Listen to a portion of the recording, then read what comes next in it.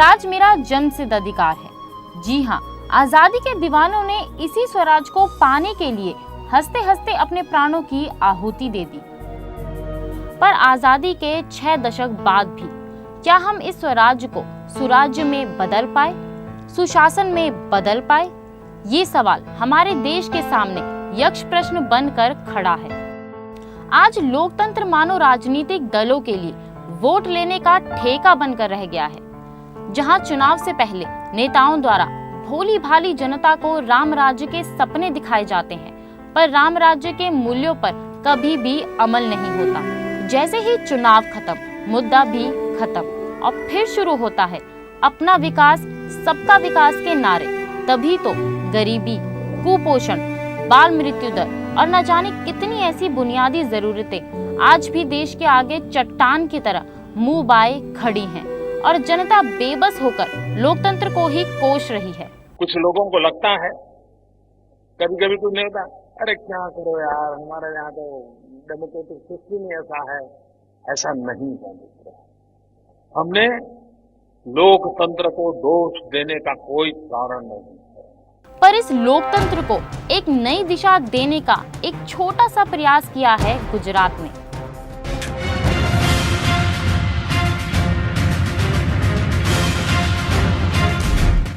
यही कानून, यही व्यवस्था, यही नियम, यही मुलाजिम, इसके बावजूद भी देश तरक्की कर सकता है, जिसका छोटा सा नमूना पेश कर रहा है गुजरात।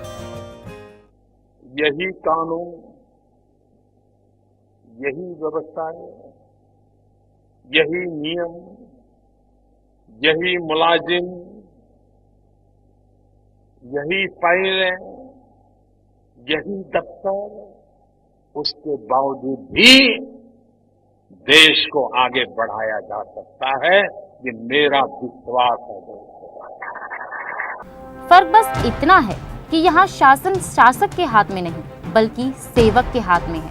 उसको लगता है भाई मैं ट्रस्टी के नाते बैठा हुआ था, मुझे इस अमानत को संभालना है, संवारना है और उसको जितनी शक्ति सामर्थ्य देकर के आगे बढ़ा सकता हूँ बढ़ाना चाहिए। मैं मालिक नहीं हूँ, मुझे इस संपदा को नष्ट करने का अधिकार नहीं है।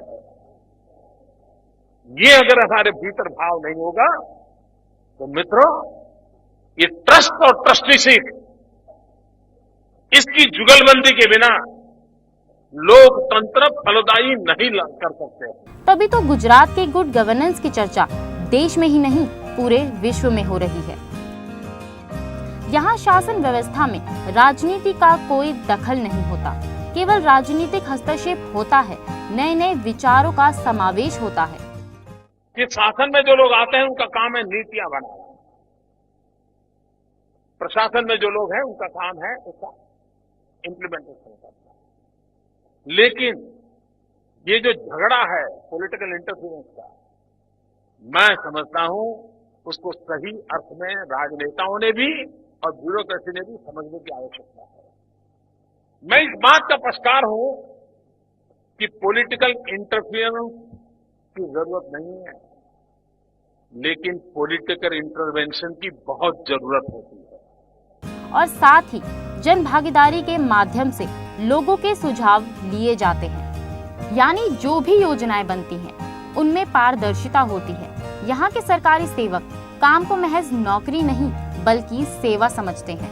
गांधी जी द्वारा दिए गए उक्ति का पालन किया जाता है, जिसमें गांधी जी ने कहा था, अगर कोई निर्णय करना हो पर दुविधा में हो तो किसी गरीब को याद करो, उसके चेहरे का स्मरण करो और सोचो क्या हमारा निर्णय उसकी खुशियों का कारण बनेगा। इसी अनुभूति के कारण आज गुजरात महज विकास ही नहीं कर रहा बल्कि विश्व के अर्थव्यवस्था को भी टक्कर दे रहा है।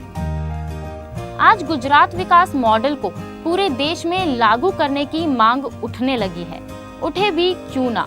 केंद्र में जिस तरह से लोकतंत्र का हास हो रहा है, सरकारी तंत्र मानो कांग्रेस के हाथ की कठपुतली बन गए हों, भ्रष्टाचार के नए नए मामले उजागर हो रहे हैं, पर कांग्रेस को हर तरफ तरक्की ही तरक्की नजर आ रही है और ऐसी ही तरक्की में अपना हाथ होने का दम भर रही है।